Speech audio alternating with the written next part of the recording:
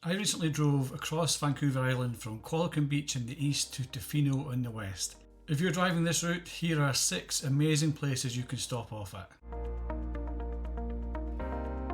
First stop after leaving Qualicum Beach was a 20-minute drive to Englishman River Falls.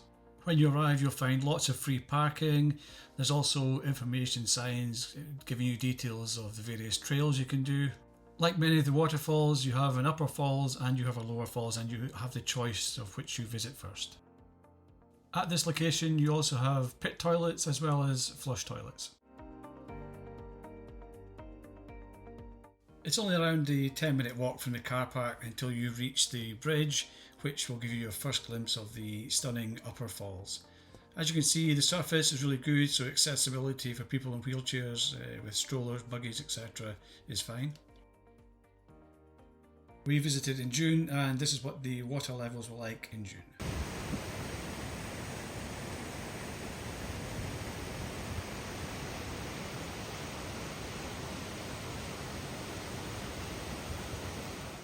If you want to visit the lower falls, just continue across the bridge so you're at the other side of the river, and then just follow the path.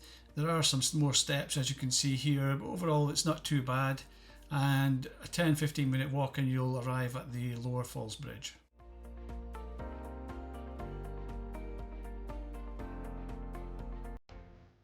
When you reach the bridge, you can see straight ahead. You have the option of going down these steps. It takes you down to a lower area we'll look at in a minute, or you could just continue on your way across the bridge.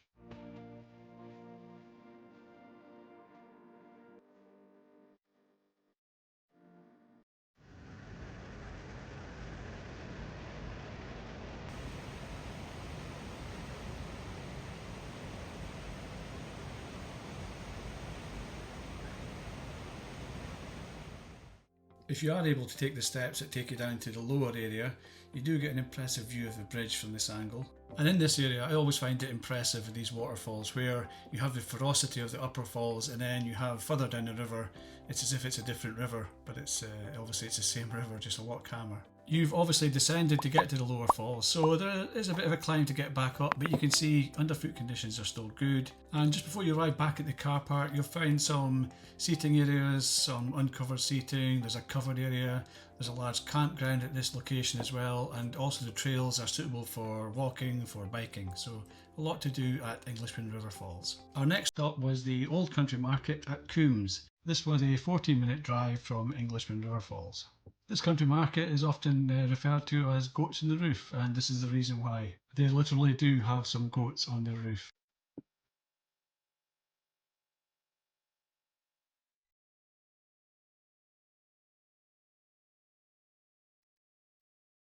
So after you've checked out the goats in the roof, this market is just a heaven for someone that just likes to explore a shop, a store, and just look for different things. They have anything from, as you can see, Chinese lanterns to cheese to chocolate.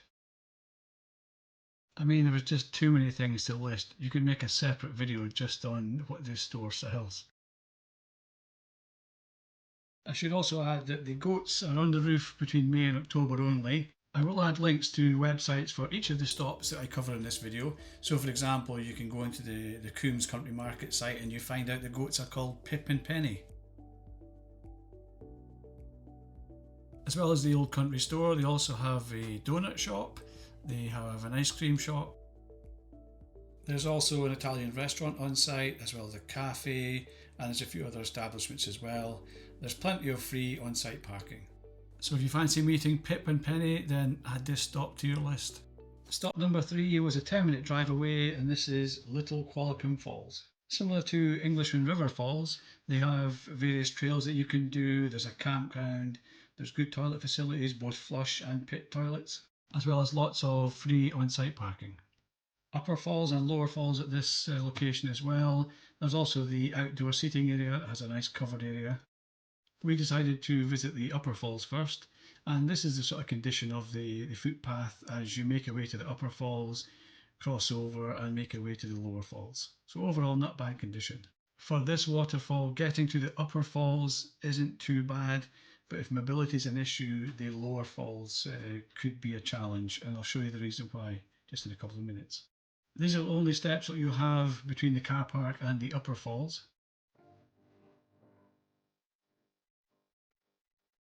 As you get closer to the upper falls, you can see the water that does start to increase in force. And we thought this is one of the waterfalls where along the route you do get lots of opportunities to capture some sort of really nice videos and some pictures and make some memories. I do have a separate video on my visit to Little Qualicum Falls, so you want to check that one out. It does give you much more detail.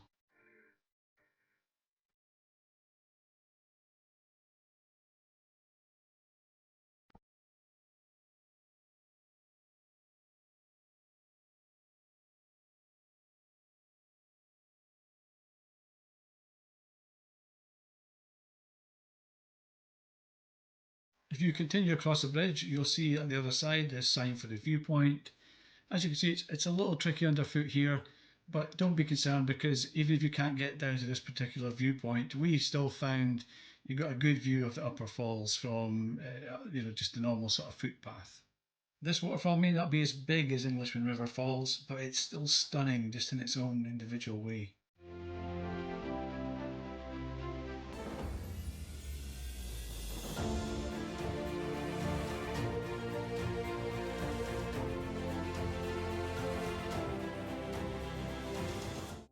One thing I will say is once you've crossed over the bridge and you're now on the other side of the river, the path, and here you can see there's a couple of points where you can get down to the edge of the fence to get a better look at the falls. But overall, the footpath condition isn't as good as the other side of the river going from the car park to the upper falls.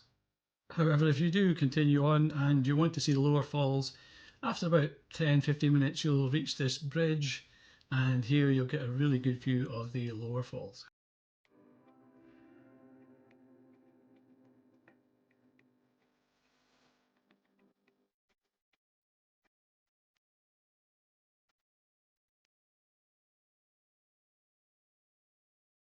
If you remember, like I mentioned, accessing the lower falls. Here you can see just some of the steps back up to the car park. And in this clip, you'll get a better impression of just how many steps there are to get down to this lower falls bridge. So if you are able to and you want to see both the upper and lower falls, I would recommend visiting the lower falls first and then the gradual sort of footpath climb back towards the upper falls as opposed to the steps. But once again, a great place to stop, excellent facilities, and as you saw, a really stunning waterfall. Then it was back on the road as we continued to head towards Tofino. A short 11-minute drive from Little Qualicum Falls is Cathedral Grove, our next stop. This is another popular stop. Parking here is very limited. Also, if you're travelling on one side of the road, you can only access the parking at that side. You can't go across to the other side. Of course, if you're travelling back from Tofino across the island on the same route, then there is an opportunity to stop at Cathedral Grove on the other side if you missed it on the way down or you couldn't get a parking space. When you visit Cathedral Grove, you effectively follow a sort of path in a big loop that takes you back towards the car parking area. Here you can see some of the trees are 800 years old, so they are a lot of large trees, quite impressive, and it's just something different to do as you head towards Tofino. Access for people using wheelchairs or pushing strollers. You can see underfoot conditions are good. It's like this pretty much all the way around the loop that you follow. As you make your way around, there's information signs that give you information on the forest. Our visit to Cathedral Grove, it didn't take long to walk around the sort of loop in the forest, but as you travel through the forest, you do see a lot of the trees. I mean, they are impressive. Some of them are twice the size of this one in terms of thickness of the trunk. There's also this nice sort of riverside area where you can just sit and relax, enjoy the scenery, and just take a break from the driving. It was then back into the car for a 48-minute drive to our fifth stop, which is Taylor River Rest Area. This rest area has toilets, it has free parking, has a few trails you can go on, you can walk or you can take a dog, and it also has this nice river which leads into this sort of big pond we'll see just in a minute.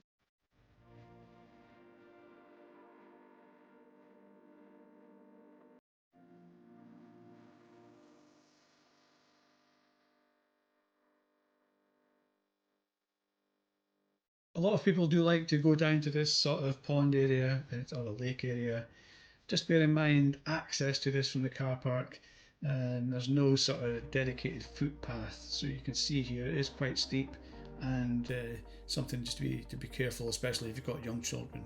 If you are able to get to the lagoon area, you see it is quite stunning. It's a lovely sort of blue-green colour, and yeah, quite impressive.